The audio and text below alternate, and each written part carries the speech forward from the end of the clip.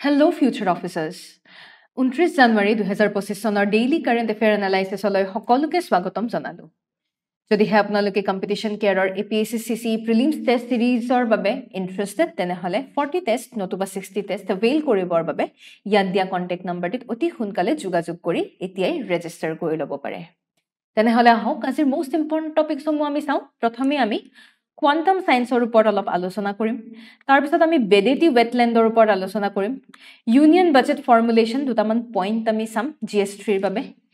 আৰু prelims প্ৰস্পেক্টিভত PMFBY নো কি হয় আমি চাম আৰু ৱেষ্ট 127B নো কি হয় আমি চাম।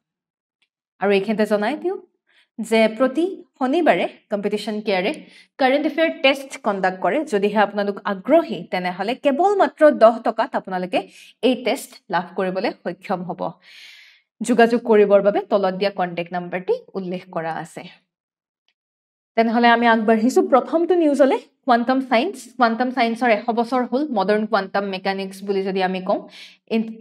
ইতিমধ্যে 100 বছৰ হ'ল আৰু সেয়েহে এই বছৰক international year of quantum science and technology বুলি কোৱা হৈছে। 2025 চনক কি বুলি কৈছে? International year of quantum science and technology. সেয়েহে এইবাৰ হয়তো পৰীক্ষাত কোৱান্টাম ৰিলেটেড প্ৰশ্ন সোধাৰ সম্ভাৱনা আমি বৃদ্ধি পাব পাৰে। ঠিক আছে, এতিয়া 2025 চনত 100 বছৰ হ'ল মানে 1925 চন 1925ত ৱাৰ্নাৰ হেইজেনবাৰ্গ নামৰ এগৰাকী ব্যক্তিয়ে গোটেই বিজ্ঞানী সমাজৰ মাজত এটা খলকনিৰ সৃষ্টি কৰিছিলে। তেওঁ মেট্ৰিক্স মেকানিক্স ইন্ট্ৰডিউচ কৰিছিলে আৰু গ্ৰেজুৱেলি তাৰ পৰাই আমি কোৱান্টাম ডেভেলপ হোৱা আমি দেখা পাম। 1925ত হেইজেনবাৰ্গৰ দ্বাৰা কোৱান্টাম থিয়ৰী গ্ৰেজুৱেলি আহে। তাৰপিছত আমি দেখা পাওঁ মেক্স বৰ্ণ, পেস্কেল জৰ্ডেনৰ নিচিনা বিজ্ঞানীসকলে আৰু ডেভেলপ কৰে। আৰু তাৰপিছত আমি দেখা পাওঁ আৰভিন শ্ৰডিঞ্জাৰে বহু বস্তু কোৱান্টাম থিয়ৰী বা কোৱান্টাম মেকানিক্সত বহু বস্তু তেওঁ ইনক্লুড কৰে। আৰু তেনেকেই কোৱান্টাম সায়েন্স বা কোৱান্টাম মেকানিক্স গ্ৰেজুৱেলি কমপ্লিকেটেড হৈ যায়গে। এতিয়া কোৱান্টাম মেকানিক্সনো হয় কি? Quantum mechanics is way different from classical mechanics. Classical মেকানিক্সৰ সূত্ৰসমূহ আমাক নিউটনে আগতেই দি থৈ গৈছে। নিউটনৰ যিসমূহ সূত্ৰ বা নিউটনে আমাক যিখিনি শিকাই থৈ গৈছে তাৰ পৰা আমি ক্লাছিকেল মেকানিক্স বা বৰ্তমান আমি যি ধৰণৰ ফৰ এক্সাম্পল মই ছাপোজ এটা কথা কৈছোঁ, আজি এখন গাড়ী আপুনি দেখিছে, এইখন গাড়ী কিমান স্পীডত গৈ আছে আপুনি ডেফিনেটলি আপুনি জানে। যদি স্পীড যদি আপোনাক দিয়া আছে ডেফিনেটলি আপুনি অনুমান লগাব পাৰিব যে এটা পাৰ্টিকুলাৰ টাইমত কিমান ডিষ্টেন্স কভাৰ কৰিব পাৰিব এই পাৰ্টিকুলাৰ স্পীডত। যদি স্পীড দিয়া আছে, যদি টাইম দিয়া আছে আপোনাক, তেতিয়াহ'লে আপুনি আৰামছে ডিষ্টেন্স কভাৰ কৰিব পাৰিব, হয়নে? তাৰ মানে আমি গাড়ীখন চকুৰে দেখা পাই আছো। গাড়ীখন চকুৰে দেখিছো কাৰণে আমি কি বুলি ক'ব পাৰো? আমি মেক্ৰ' বুলি ক'ব পাৰো, এটা ডাঙৰ অবজেক্ট। আৰু এটি বৃহৎ আকাৰৰ যেতিয়া এটা বস্তু হয়, বৃহৎ আকাৰৰ বস্তু বা ডাঙৰ অবজেক্টৰ ক্ষেত্ৰত সদায় নিউটনৰ যি ফিজিক্স বা নিউটনৰ যি নিউটনৰ মেকানিক্সৰ সূত্ৰ এপ্লাই হোৱা দেখা পোৱা যায়। কিন্তু আমাৰ বিশ্ব ব্ৰহ্মাণ্ড বা অভাৰঅল আমাৰ নিজৰ মাজতে, আমাৰ নিজৰ শৰীৰৰ ভিতৰত হওক বা অন্য বস্তু বাহিনীৰ ভিতৰত অকল ডাঙৰ ডাঙৰ বস্তুৱেতো নাই। আজি এই গাড়ীখন হ'বৰ বাবে সৰু সৰু অণু এটমছ কিছুমান জোৰা লাগি এখন গাড়ী হৈছে। আমি যেতিয়া এটমিক লেভেলত আমি যেতিয়া কথা পাতো, এটা অণু আপুনি খালী চকুৰে কেতিয়াও দেখা নাপায়। যিহেতু অণু এটা আপুনি খালী চকুৰে কেতিয়াও দেখা নাপায়, এটমিক লেভেলত নিউটনৰ মেকানিক্সে ফেইল হয়। এটমৰ যি আদব কায়দা, ধৰণ কৰণ সেয়া বহুত বেলেগ, আমি দেখি থকা বস্তুৰ সৈতে বহুত বেলেগ। আজি গাড়ী এখন কিমান বেগত গৈছে, কিমান ডিষ্টেন্স কভাৰ কৰিব পাৰিছে আপুনি উলিয়াই দিব পাৰিব, কিন্তু এটা অণু বা পৰমাণু কি বেগত গৈছে, কিমান ক'ত আছে ক'ত নাই, আপোনাৰ এনেধৰণৰ তথ্য পাবৰ বাবে বিৰাট দিগদাৰ। সেয়েহে এনেবোৰ ক্ষেত্ৰত যেতিয়া আমি এটমিক বা সাব এটমিক লেভেলত আমি যেতিয়া কথা পাতো, তেতিয়া আমাক প্ৰয়োজন হয় কোৱান্টাম সায়েন্সৰ। আজি কোৱান্টাম সায়েন্সে আমাক বহু ক্ষেত্ৰত আগবঢ়াই নিছে। আজি কোৱান্টাম সায়েন্স বুলি ক'লে আজি কোৱান্টাম কম্পিউটিং, আমাৰ কমিউনিকেশ্যনৰ ক্ষেত্ৰত কোৱান্টামে আজি আমাক সহায় কৰি আছে, মেডিচিনৰ ক্ষেত্ৰত কোৱান্টামে আজি আমাক সহায় কৰি আছে, বিভিন্ন টেকনলজিকেল এডভান্সমেণ্টৰ দিশত কোৱান্টাম আমাক যথেষ্ট সহায় কৰিছে। আৰু এই বছৰ ইউনাইটেড নেশ্যনে কোৱাণ্টামৰ 100 বছৰৰ বাবে international year of quantum science and technology বুলি ডিক্লেয়াৰ কৰিছে আৰু বিশেষকৈ সাধাৰণ মানুহৰ মাজত সজাগতাৰ সৃষ্টি কৰিবৰ বাবে সাধাৰণ মানুহৰ মাজত যাতে সজাগতাৰ সৃষ্টি কৰিব পৰা যায় সেই হেতুকে কোৱাণ্টাম ছায়েন্সৰ বছৰ বুলি international year of quantum science বুলি কোৱা হৈছে আৰু বিভিন্ন ইণ্টাৰনেশ্যনেল অৰ্গেনাইজেশ্যনছ যেনে IUPAP international union of pure and applied physics IUPAP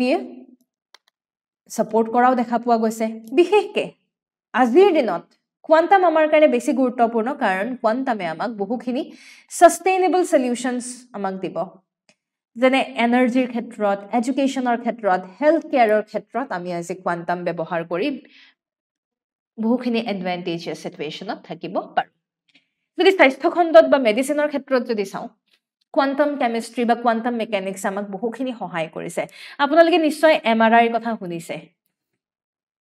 magnetic resonance imaging MRI বহু সময়ত MRI ব্যৱহাৰ কৰা হয় বিভিন্ন ডিজিজ কি বিভিন্ন বেমাৰ আজাৰ ডিটেক্ট কৰিবৰ বাবে এটা MRI ডাঙৰ MRI মেচিন এটা থাকে সেই MRI মেচিনেৰে বিভিন্ন ধৰণৰ বেমাৰ আজাৰ ডিটেক্ট কৰিব পৰা যায় আৰু এই সকলোতে কোৱাণ্টামৰে ব্যৱহাৰ কৰা হয়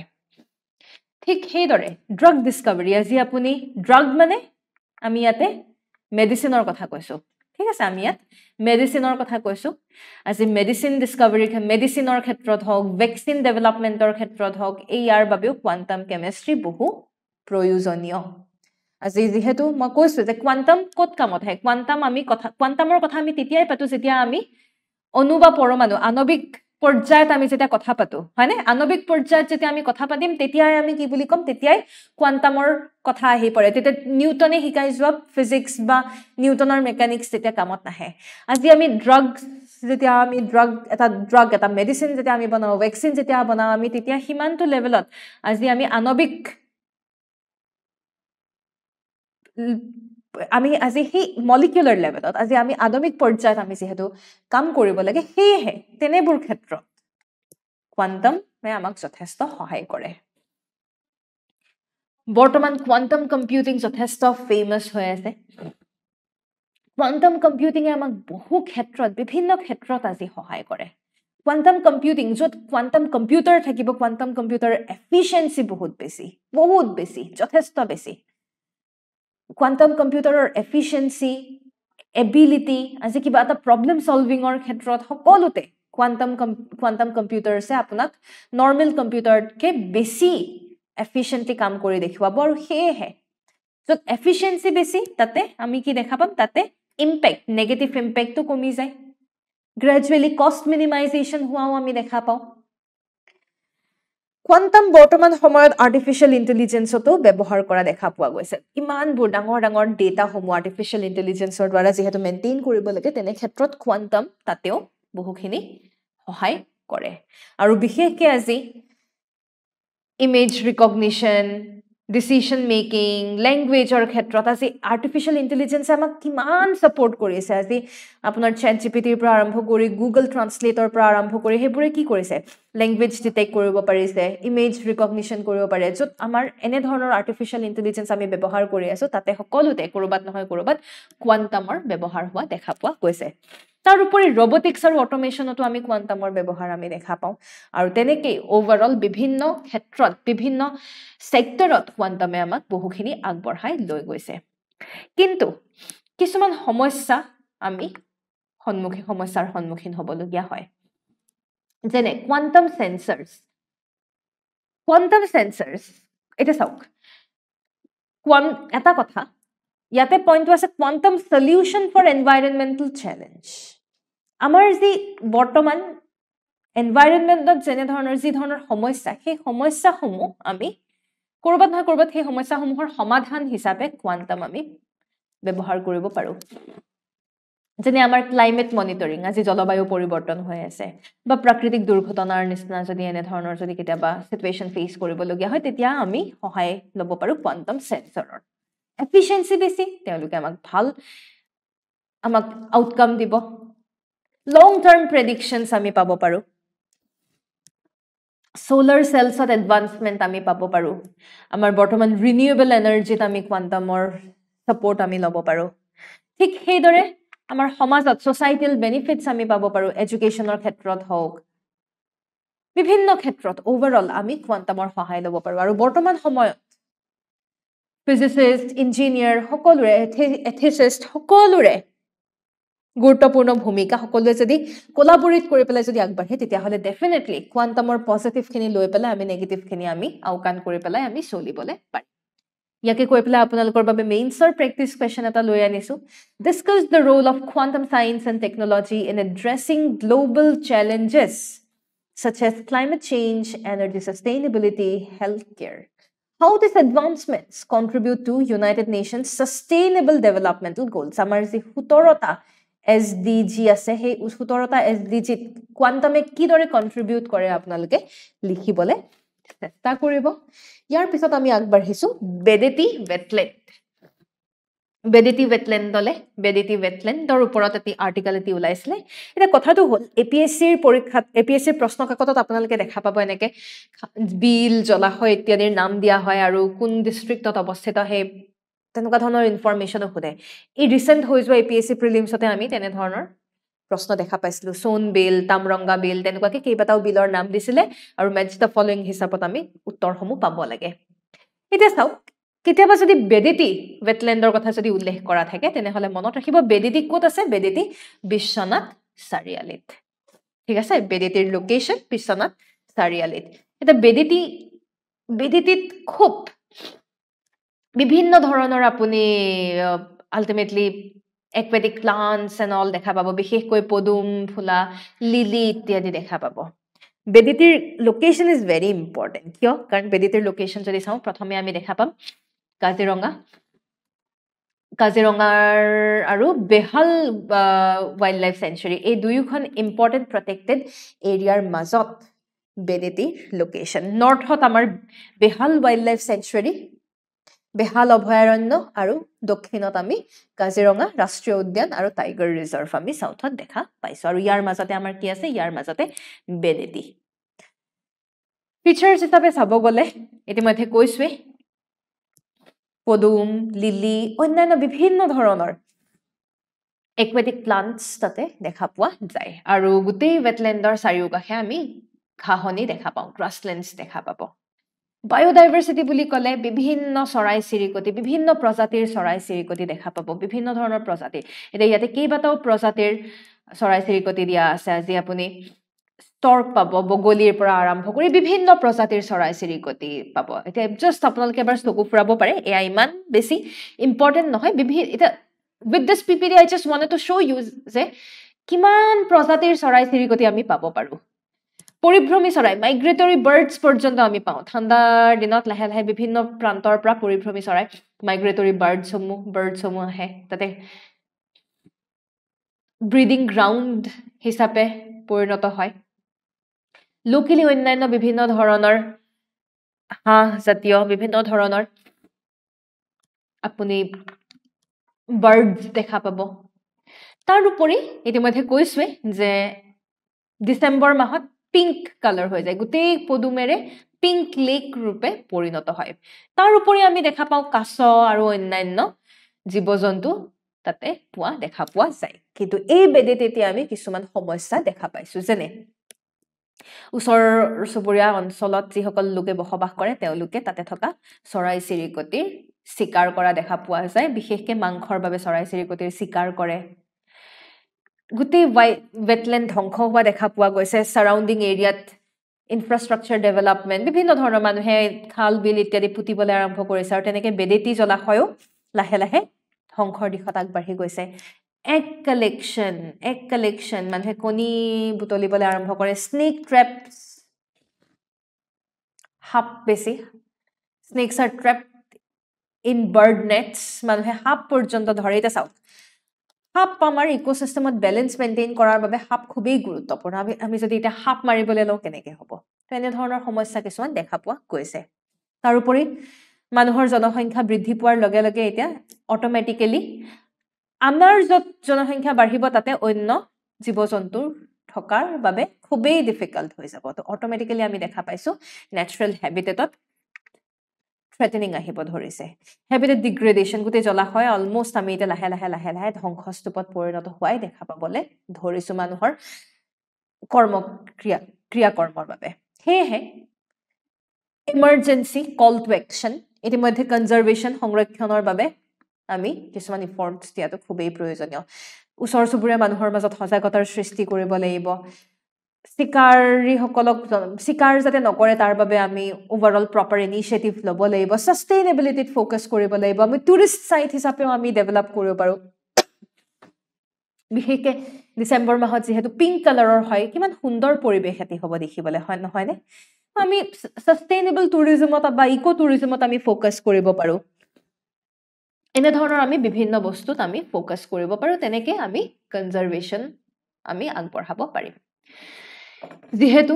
ওভাৰঅল বিভিন্ন প্ৰজাতি জৈৱ বৈচিত্ৰতাৰ বাবে বেদেতি খুবেই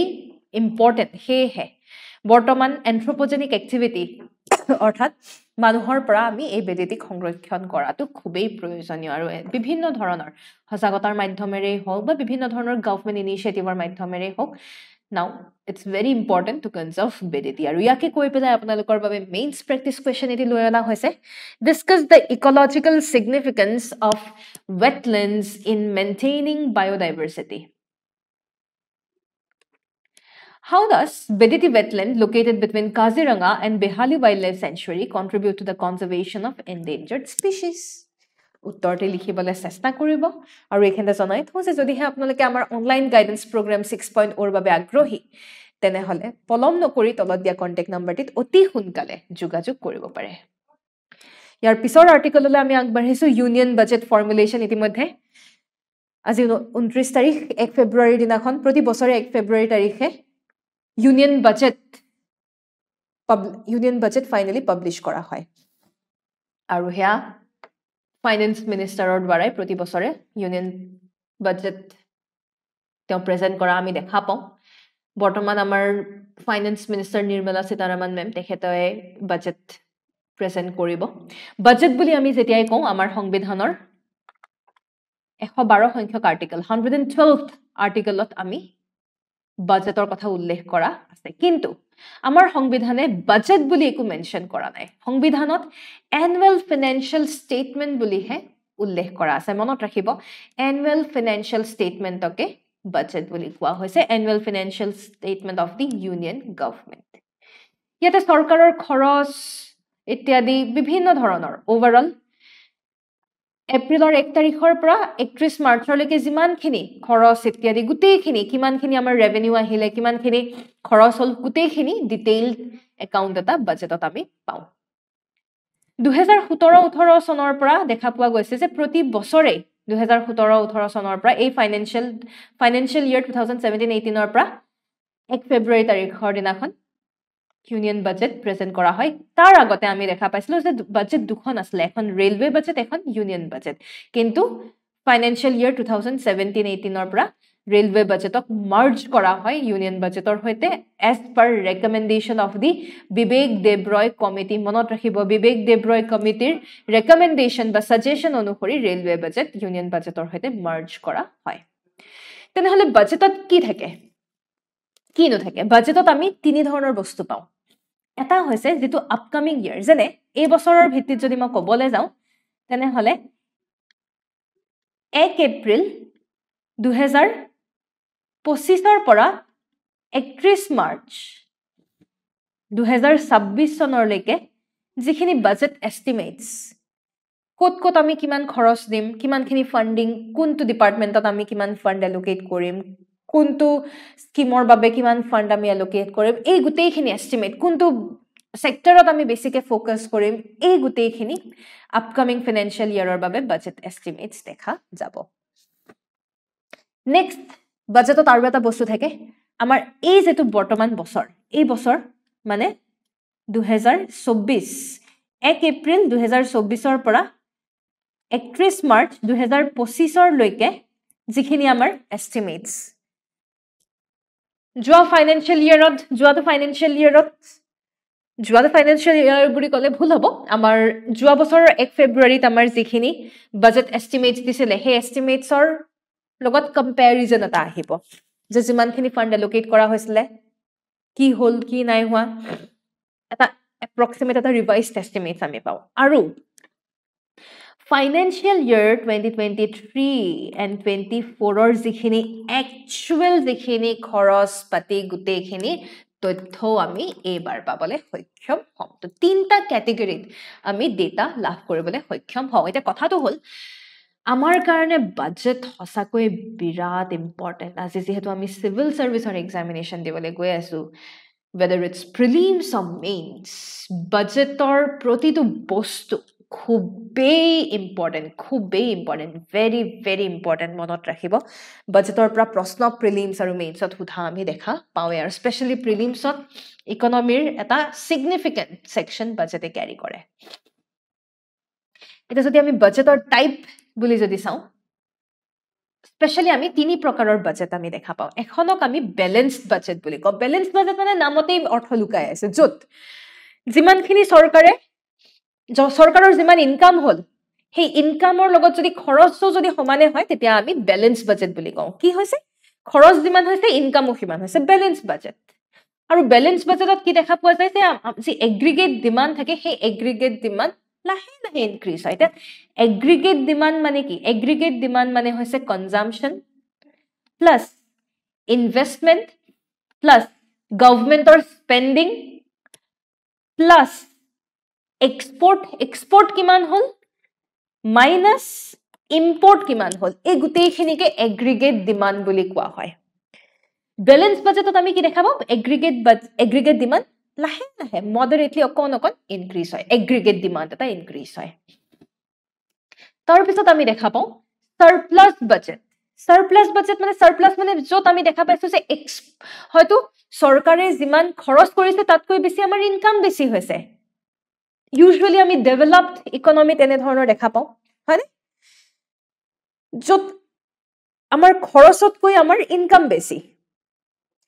তাতে কি হয় মনত ৰাখিব ইয়াত আকৌ এগ্ৰিগেট ডিমান্ড আকৌ কমি যায় ওভাৰঅল এগ্ৰিগেট ডিমান্ড সাৰপ্লাস বাজেটত কমি যায় নেক্সট আমাৰ ইণ্ডিয়াৰ বাজেটত আমি সদায় ডেফিসিট বাজেটে আমি দেখা পাই থাকো ডেফিসিট বাজেটত কি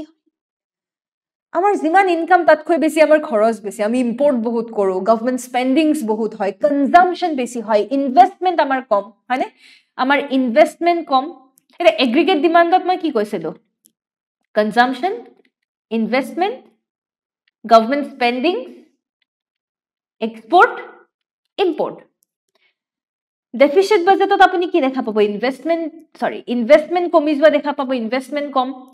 গভৰ্ণমেন্টৰ খৰচ বেছি কনজাম্পশন বেছি এক্সপোৰ্ট কম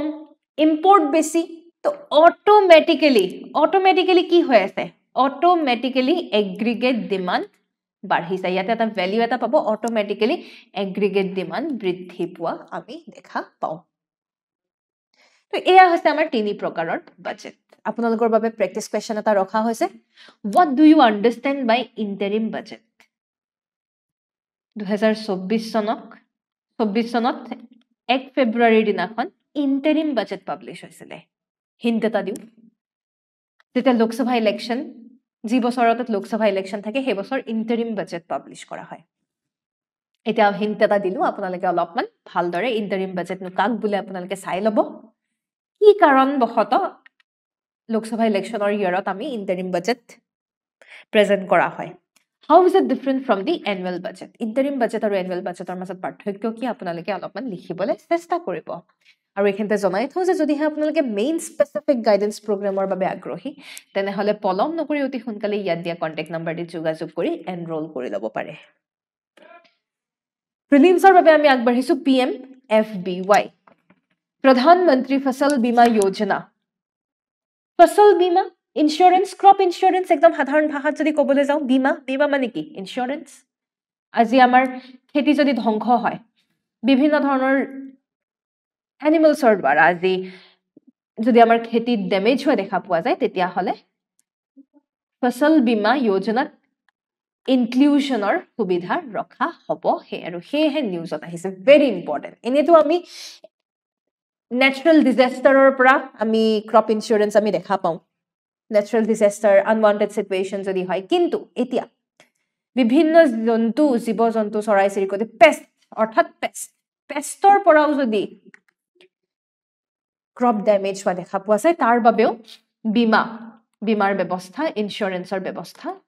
ৰখা হৈছে this is something which is really very significant it's a relief for the farmers overall যদি স্কিমটো চাও এই স্কিমটো 2016 চনৰ 18 ফেব্ৰুৱাৰীত লঞ্চ কৰা হৈছিল বিশেষকৈ ক্ৰপ ইনস্যুৰেন্স স্কিম বুলি আমি কৈছো department of agriculture cooperation and farmers welfare ministry of agriculture অন্তৰ্গত PMFBY লঞ্চ কৰা দেখা পোৱা গৈছিল আজি যদি মই কৈছো ইতিমধ্যে আজি যদি প্ৰাকৃতিক দুৰ্ঘটনা তাৰ পিছত পেষ্ট ইত্যাদি ডিজিজ যদি হয় বেমাৰ আজাৰ যদি হয় তেনেহলে এনেবোৰ কাৰণৰ পৰা যদি আপোনাক ইনস্যুৰেন্স লাগে তেতিয়াহলে PMFBY আমি ব্যৱহাৰ কৰিব পাৰো cost effective premium insurance আমি প্ৰিমিয়াম এটা দি থাকিব লাগে হয়নে মিনিমাম এটা cost effective premium এটা দি থাকিব লাগে যদি ক্ষতি হয় তেতিয়াহলে ক্ষতিপূৰণ প্ৰভাইড কৰা হ'ব তো ওভাৰঅল আমি গম পালো ওভাৰঅল কভাৰেজ এটা পোৱা যায় খেতিয়ক কৃষকসকলৰ ইনকামো আমি ষ্টেবিলাইজ হোৱা দেখা পাওঁ তাৰ উপৰি তেনেকে ইয়াৰ মাধ্যমেৰে মডাৰ্ন এগ্ৰিকালচাৰেল প্ৰেক্টিছো তেওঁলোকে যাতে এডপ্ট কৰিব পাৰে তাৰ কাৰণেও তেওঁলোকক অনুপ্ৰেৰণা উৎসাহ যোগোৱা হয় এইবোৰে হৈছে আমাৰ PMFBY objective prelims practice question এটা আপোনালোকৰ বাবে আছে প্ৰধানমন্ত্ৰী ফসল বীমা যোজনা was launched in the year কোন চনত প্ৰধানমন্ত্ৰী ফসল বীমা যোজনা লঞ্চ কৰা হৈছিল উত্তৰটি আমাক জনাবলৈ নাপাহৰিব কমেন্ট সেকশনত আৰু আজি শেষৰটো নিউজ হৈছে WESP 127B WESP 127B নো কি হয় WESP 127B এটি প্লেনেট এটি গ্ৰহ খালি আমাৰ সোলাৰ সিস্টেমৰ নহয় সোলাৰ সিস্টেমৰ বাহিৰৰ এটি প্লেনেট এক্সোপ্লেনেট বুলি কোৱা হয় আৰু এই প্লেনেটত সুপাৰসনিক উইন্ড সাইক্লোনিক উইন্ডস প্ৰতি ঘণ্টাত 33000 কিলোমিটাৰ স্পিডত ট্ৰেভেল কৰিছে ভাবক ইমানটো লেভেলত সাংঘাতিক স্পিডত ট্ৰেভেল কৰা উইন্ডস ডিটেক্ট কৰা হৈছে আৰু হেহে WESP 127B ৰিসেন্টলি নিউজত আহিছে যদি এনে ধৰণৰ যদি কিতাবা নিউজ প্ৰশ্ন কাকতত দেখা পায় recently WESP 127B was in news what is it related to বুলি যদি আহে it's a exoplanet মনত ৰাখিব এটা gaseous planet exoplanet আমাৰ মিল্কি ৱে গেলেক্সিৰে ইনক্লুডেড আমাৰ পৰা বহু দূৰত 520 লাইট ইয়াৰ্স আমাৰ পৰা ঠিক আছে WESP 127B যদি সাইজ তাই আমাৰ জুপিটাৰতকৈ ডাঙৰ বৃহস্পতি গ্ৰহতকৈ 30% ডাঙৰ কিন্তু মাস বা weight যদি চাও কম আমাৰ জুপিটাৰৰ অকল 16% হে WESP তাৰ মানে it's fully composed of gas সুধা gas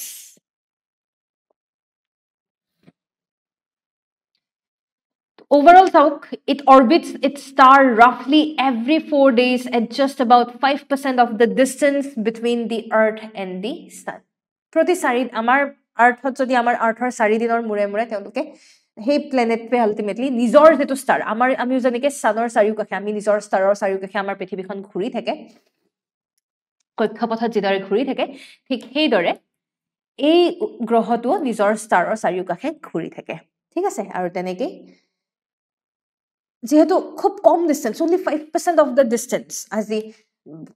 অকল একদম নিজৰ ষ্টাৰৰ একেবাৰে নিচেই কাষতে অৰবিট কৰি থাকে হেহে আলটিমেটলি গোটেই প্লেনেটত আপুনি ষ্টেলাৰ ৰেডিয়েশন গোটেই আপোনাৰ যেটো তৰা হে তৰাৰ পোহৰ হে প্লেনেটত পৰা দেখা পোৱা যায় আৰু হেহে বহুত গৰম স্বাভাৱিকভাৱে গৰম আৰু সেই কাৰণে গ্যাসও আমি বেছি দেখা পাওঁ AI এনে ধৰণৰ প্ৰশ্ন খুধে what is WESP 127B that was recently seen in news এনে ধৰণৰ প্ৰশ্ন খুধা হয় নিউজত সেইকাৰণে সাৱধান হ'ব পৰীক্ষা কাকতত এনে ধৰণৰ প্ৰশ্ন দেখিলে আমি যদি অলপমান কাৰেন্ট এফেয়াৰৰ লগত আপডেটেড থাকো তেতিয়া হলে আমাৰ সুবিধা হয় উত্তৰটি আমাক জনাবলে চেষ্টা কৰিব আৰু কালিৰ যে আমাৰ ডেইলি নিউজ এনালাইসিসৰ প্ৰিলিমছ প্ৰেক্টিছ কোৱেশ্চন তাৰে উত্তৰসমূহ আমি চাও আহক Which two Indian cities recently joined the list of accredited wetland cities under Ramsar Convention? শুদ্ধ উত্তৰটো কি শুদ্ধ উত্তৰটো হৈছে ইন্দোৰ আৰু উদয়পুৰ আৰু শেষত where is the headquarter of Inland Waterways Authority of India located? কালি আমি জনাইছিলৱে